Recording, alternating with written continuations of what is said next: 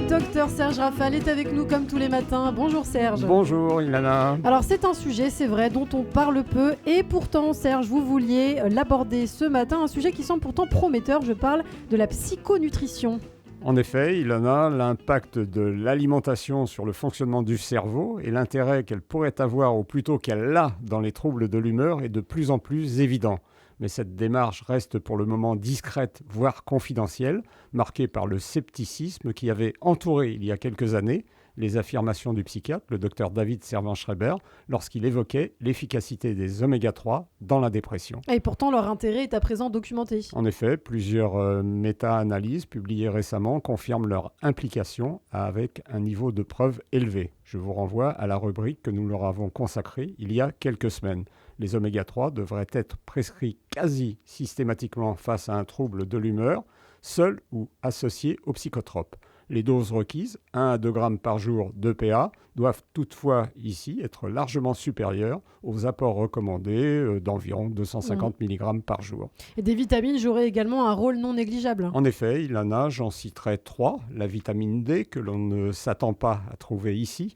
La vitamine B6, qui participe à la synthèse de certains neurotransmetteurs de l'humeur, et la vitamine B9, qu'on donne systématiquement en début de grossesse pour le développement du fœtus, mais qui est également intéressante pour le cerveau de l'adulte. Et puis je crois qu'on évoque aussi l'importance du microbiote sur l'humeur. Vous avez raison, Ilana, les études pratiquées sur le microbiote des souris ont été particulièrement surprenantes et convaincantes en modifiant leur comportement.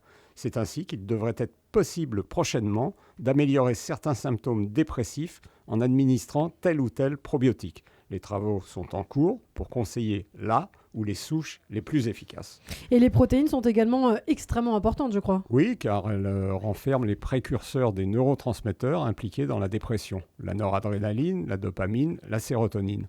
On a donc le sentiment, au travers des études actuelles, qu'une alimentation protéinée est préférable pour les troubles de l'humeur à un régime vegan, pourtant riche en acide folique, la vitamine B9 dont nous avons parlé. Alors, j'ai une petite question pour vous, Serge. Est-ce que le jeûne est bon pour la dépression ?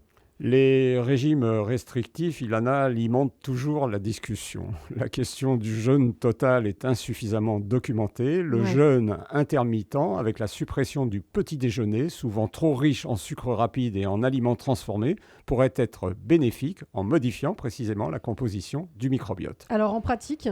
On pourrait conseiller de s'inspirer de la diète méditerranéenne dont on connaît l'efficacité sur le cœur et l'humeur.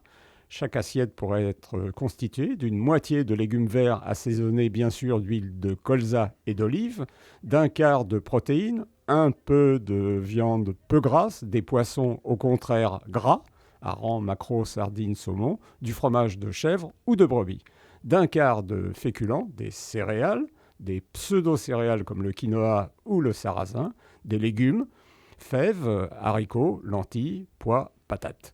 Et d'éviter les aliments ultra transformés, les sodas et jus de fruits industriels à l'action délétère sur le système cardiovasculaire, mais aussi l'humeur. Bon alors on parle de la psychonutrition. En conclusion, ce qu'on peut dire là-dessus, Serge ?